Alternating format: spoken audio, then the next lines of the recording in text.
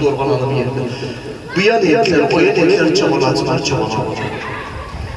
Birden baktılar Kanşar'dan bir kerahat geldi.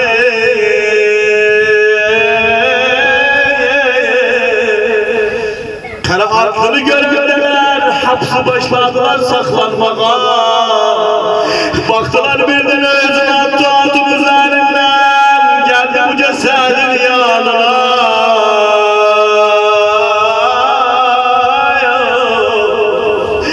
Dedi baba, hala kalıpsan Kerbelanın sıcak kumlar üzerinde ya baba hala bir tane seni gömleyip ay garip baba geldi beni yasadın adamları dediler sen kimsen dedim ben bilirim garaziyiz nedir burada bir büyük hafire kazı burada ashabı gelecekti bir hafire yalnız kazım ya Allah ya Allah ya Allah bir hafire yalnız kazdılar ya imam dolandı muhayyem arkasından bir yanmış hazır getirdi koydu hazır yere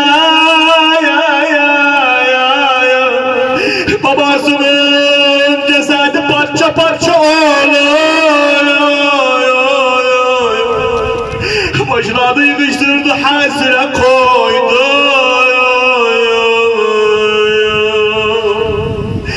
birden isteden dirsin türbeye özüm dediler yardım eder sana dedi yok bana yardım eden var siz çekilin geriye endirdi türbeye özüm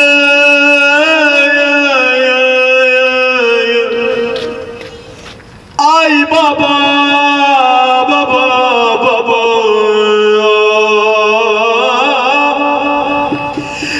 Egildi kesilmiş boğazından öptü ki hele oradan kimse öpmüyor birden baktı boğazdan bir ses geldi bu ney Ali ve şi're gîre ilâ sadri balam Ali Abdullah'ın kucağında gömüyle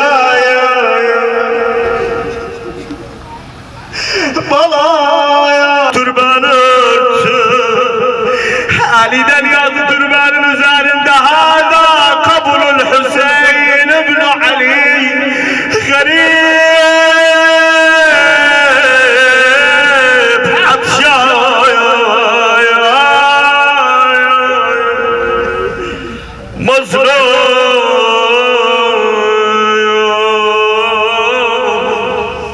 kalktı dedi daha kimse var dediler bir tek düşüp aslan o su yanında bir yan ettik o yan ettik çabalada koydum çabalada bilmem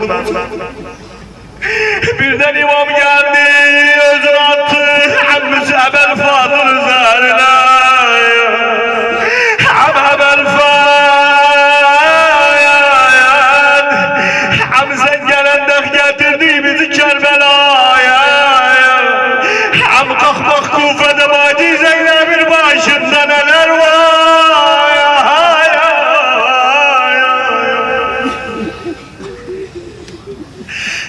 Hamza ben Fatı da gömdü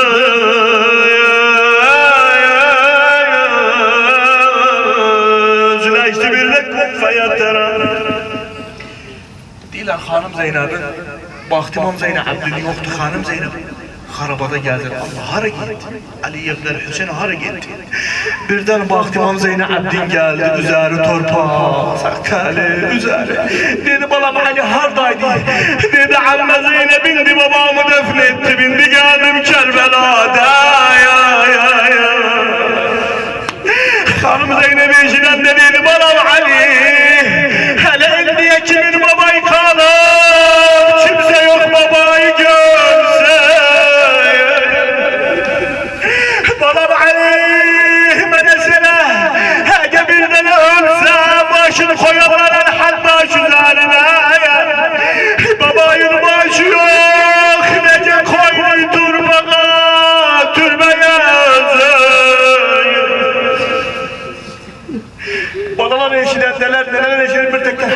geldi yanına.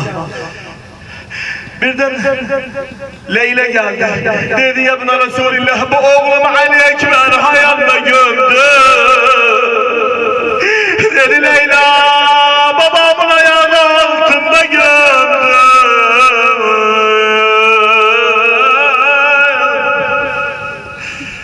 Baktılar 6 aylık balanın nenesi geldi. Yavaş yavaş geldi dedi. Dedi ya buna Resulullah, balamazları harda gömdü.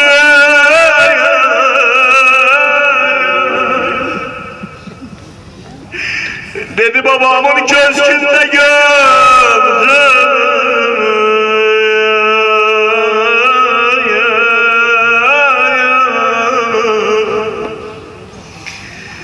Hüseyin,